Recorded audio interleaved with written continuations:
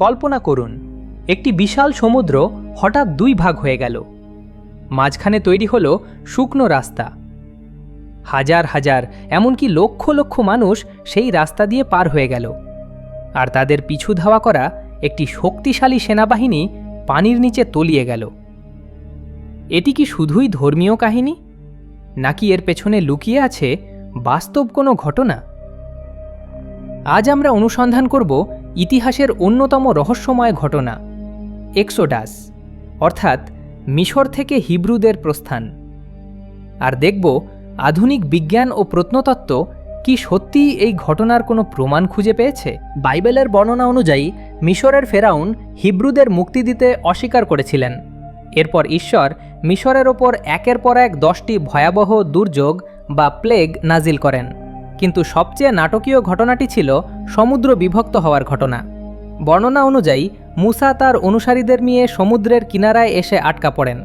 সামনে উত্তাল জলরাশি আর পেছনে ফেরাউনের বিশাল সেনাবাহিনী। ঠিক তখনই সমুদ্রের পানি দুই দিকে সরে গিয়ে মাঝখানে একটি পথ তৈরি করে দেয়। শতাব্দীর পর শতাব্দী ধরে মানুষ এই ঘটনাকে অলৌকিক বলে বিশ্বাস করে এসেছে। তবে আধুনিক যুগে কিছু গবেষক প্রশ্ন তুলেছেন, যদি এর কোনো প্রাকৃতিক ব্যাখ্যা থাকে।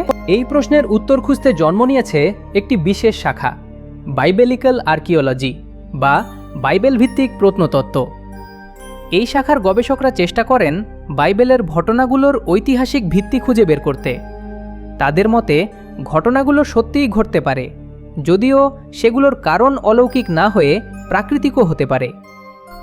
বছরের পর বছর ধরে এক্সোডাসের পক্ষে নানা তত্ত্ব ও প্রমাণ উপস্থাপন করা হয়েছে। 2006 সালে হিস্ট্রি চ্যানেলে প্রচারিত হয় একটি আলোচিত ডকুমেন্টারি, দ্য এক্সোডাস ডিকোডেড। এর নির্মাতা সিমচা জ্যাকোবোভিচি দাবি করেন যে এক্সোডাস সম্ভবত খ্রিস্টপূর্ব 1500 সালের দিকে ফেরাউন আহমসের শাসনামলে ঘটেছিল। তিনি বিভিন্ন প্রত্নতাত্ত্বিক তথ্য বিশ্লেষণ করে দেখানোর চেষ্টা করেন যে বাইবেলে বর্ণিত ঘটনাগুলো প্রাকৃতিক দুর্যোগের ধারাবাহিক ফল হতে পারে। তবে তার এই ব্যাখ্যা সঙ্গে সঙ্গেই বিতর্কের জন্ম দেয়। অনেক ধর্মীয় গবেষক তার তত্ত্বকে চ্যালেঞ্জ করেন। এরপর 2010 সালে গবেষকদের আরেকটি দল নতুন একটি ব্যাখ্যা সামনে আনে। যুক্তরাষ্ট্রের national centre for atmospheric research এবং ইউনিভার্সিটি অফ কলোরাডোয়ের গবেষকরা কম্পিউটার সিমুলেশনের মাধ্যমে দেখান, নির্দিষ্ট গতির প্রবল বাতাস দীর্ঘ সময় ধরে প্রবাহিত হলে অগভীর জলরাশির পানি সাময়িকভাবে সরে যেতে পারে। তাদের মতে এমন পরিস্থিতিতে মানুষের পার হওয়ার মতো একটি পথ তৈরি হওয়া তাত্ত্বিকভাবে সম্ভব। অর্থাৎ সমুদ্র বিভক্ত হওয়ার ঘটনাটির একটি বৈজ্ঞানিক ব্যাখ্যাও থাকতে পারে। কিন্তু এখানেই রহস্য শেষ নয়। 2012 সালে গবেষক ও অভিযাত্রী মাইকেল রুড এবং তার দল দাবি করেন যে তারা লোহিত সাগরের তলদেশে এক্সোডাসের সম্ভাব্য কিছু চিহ্ন খুঁজে পেয়েছেন। আধুনিক সাবমেরিন ক্যামেরা ও উন্নত প্রযুক্তি ব্যবহার করে তারা সমুদ্রতলে কিছু প্রাচীন নিদর্শন, চলাচলের সম্ভাব্য পথ এবং ফেরাউনের সেনাবাহিনীর অবশিষ্টাংশ বলে দাবি করা বস্তু শনাক্ত করেন।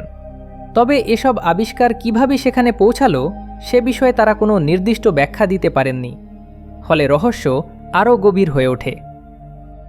তবে এক্সোডাস বিতর্কের সবচেয়ে বড় প্রশ্নটি অন্য জায়গায়। বাইবেলের বর্ণনা যদি হুবহু সত্য হয়, তাহলে এই ঘটনায় অংশ নিয়েছিল লক্ষ লক্ষ মানুষ। এখান থেকেই আসে বিখ্যাত কুজারি প্রুফ। এই যুক্তি অনুসারে যদি সত্যিই এত বিশাল জনগোষ্ঠী নিজেদের চোখে এমন অসাধারণ ঘটনা দেখে থাকে, তাহলে পুরো ঘটনাটি সম্পূর্ণ কাল্পনিক হওয়া প্রায় অসম্ভব।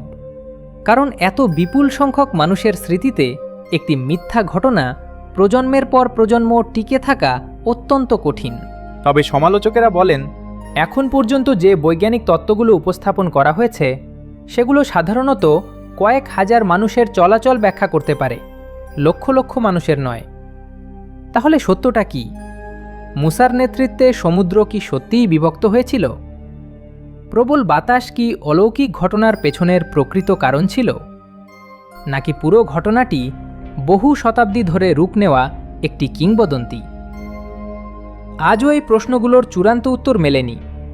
একদিকে বাইবেল ভিত্তিক প্রত্নতত্ত্ব এই ঘটনার ঐতিহাসিক সত্যতা প্রমাণ করার চেষ্টা চালিয়ে যাচ্ছে, অন্যদিকে প্রচলিত প্রত্নতত্ত্ব ও বিজ্ঞানীরা প্রতিটি দাবিকে প্রাকৃতিক ঘটনা এবং মানবীয় ব্যাখ্যার আলোকে বিশ্লেষণ করছেন। আর সেই কারণেই এক্সোডাস আজও ইতিহাস, ধর্ম এবং বিজ্ঞানের সবচেয়ে আকর্ষণীয় রহস্যগুলোর একটি। সমুদ্র কি সত্যিই দুই ভাগ হয়েছিল, নাকি আমরা এখনও সেই রহস্যের আসল উত্তর খুঁজে পাইনি? সিদ্ধান্ত আপনার। ইতিহাস, ধর্ম এবং মাইথোলজি সম্পর্কে ভিডিও পেতে এবং তাদের রহস্য উন্মোচন করতে সাবস্ক্রাইব করুন চ্যানেল হিস্টোরিয়া। আমাদের ভিডিওটি আপনার ভালো লাগলে অবশ্যই লাইক দিয়ে কমেন্টে আপনার মূল্যবান মতামত জানাবেন।